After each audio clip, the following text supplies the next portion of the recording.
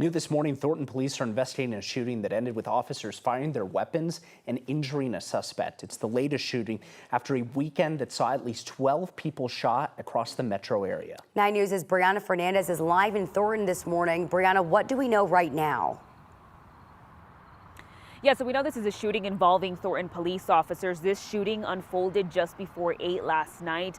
When police arrived, they say they saw a suspect waving his gun, pointing it at himself as well as officers. So this happened right here at the intersection of 97th and Washington Street. Take a look at your screen. This is actually some video from late last night when our crews arrived here on scene. Police say that they tried to talk to the suspect, but during that time, he fired a gun from the car, killing his dog. Now, after 30 minutes, Thornton police say the suspect got out of the car, fired at officers, who then fired right back. The suspect is in the hospital with serious injuries. Now, as for the officers that discharged their firearm, they are on administrative leave. This is just standard protocol. And as for this shooting involving Thornton police officers and the suspect, this case is still under investigation for now. For now, I'm live here in Thornton. Brianna Fernandez for 9 News. Certainly still a developing story and a few questions there. Brianna, thank you for your reporting. Prosecutors and defense attorneys will give their final arguments today in the case involving Tina Peters. She's, of course, the former Mesa County clerk accused of trying to breach election security equipment. Peters is an election denier who faces 7 felony charges of impersonation and attempting to influence a public servant. Peters admits she snuck an outsider into Mesa County's voting system to look for election rigging. Prosecutors say that was a felony. Peters said last week that she wanted to testify. She wanted to say that she was granting access to an undercover government agent. The judge would not allow her to say that on the stand because he said there's no evidence supporting that. Even if it were true, the judge said that doesn't excuse a crime. Closing arguments are set for this morning. Then a decision on her fate will be up to a jury in Grand Junction. This week, the city of Denver is considering a possible sales tax increase to help fund affordable housing goals. The proposed ballot initiative would raise the city's sales tax 0.5%, adding 5 cents to a $10 purchase. The mayor's office believes it would bring in $100 million a year.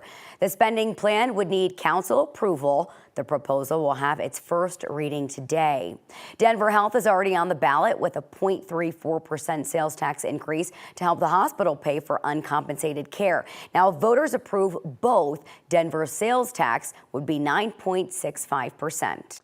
A big development in the war between Russia and Ukraine this weekend, where Ukraine has now moved across the border into Russia. Ukrainian President Zelensky confirmed Ukrainian troops are now fighting about 20 miles across Russia's western border. Today marks 6 days since they've been there in a secret move that surprised Russia and even Ukrainian allies. Russian President Putin called it a, quote, major provocation.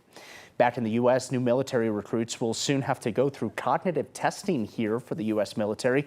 The Pentagon says it's to help doctors identify if they have to diagnose brain trauma later on after coming back from fighting. Right now, the military only gives baseline cognitive tests to troops before deploying.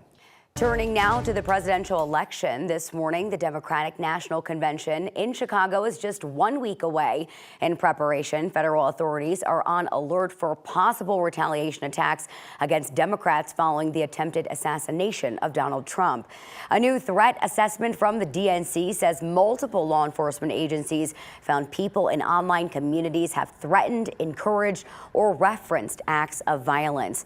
Authorities say they haven't identified any specific and credible threats just yet. Meanwhile, we now know who some of the prominent speakers will be at the DNC. 2 sources tell NBC President Biden, Barack Obama, and Bill and Hillary Clinton have all been confirmed as speakers. More than 50,000 people are expected to attend the DNC, where Kamala Harris and Tim Walz will officially accept the Democratic nomination for president and vice president. The convention starts on August 19th. Now, both presidential campaigns are back on the campaign trail this weekend, with former President Trump in Bozeman, Montana over the weekend, and Vice President Kamala Harris and Governor Tim Walz in Las Vegas holding a campaign rally. The Trump campaign is firing back about Walz's characterization of the Republican Party as weird. We want to be able to buy a house. We want great education. We want strong borders. I think we're I think we're the opposite of weird. They're weird. I just made a very clear observation that they seem to be really concerned about. I pointed out that taking away reproductive freedoms, banning books, raising the price of insulin, trying to hurt labor unions, nobody's asking for that weird crap. No one's asking for it. Former President Trump will deliver remarks on Wednesday in Asheville, North Carolina. Kamala Harris also made a return to San Francisco this weekend for a fundraiser in her home state. A spokesperson from the Trump campaign says they believe a foreign hacker breached the former president's campaign systems. They say there was intentions of, quote, sowing chaos throughout our democratic process.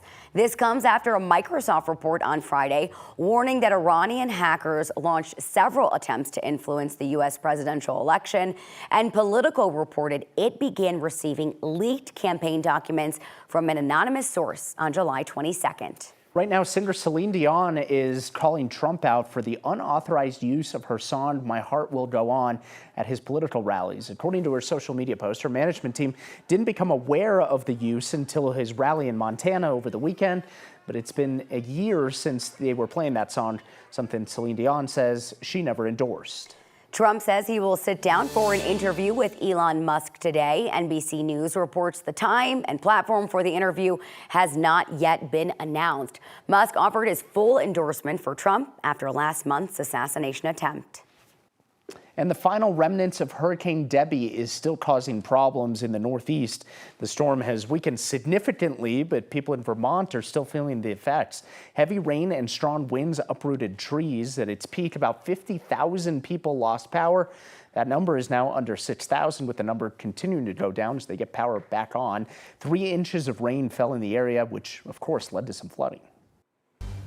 And if you're driving east through Colorado, be ready to encounter some fog. We do have a dense fog advisory in effect for the northeast and east central regions. That includes I-76 and I-70 out east, where we do have some reduced visibility. Visibility down to about a half a mile in Holyoke and Akron, and just slightly reduced out at DIA.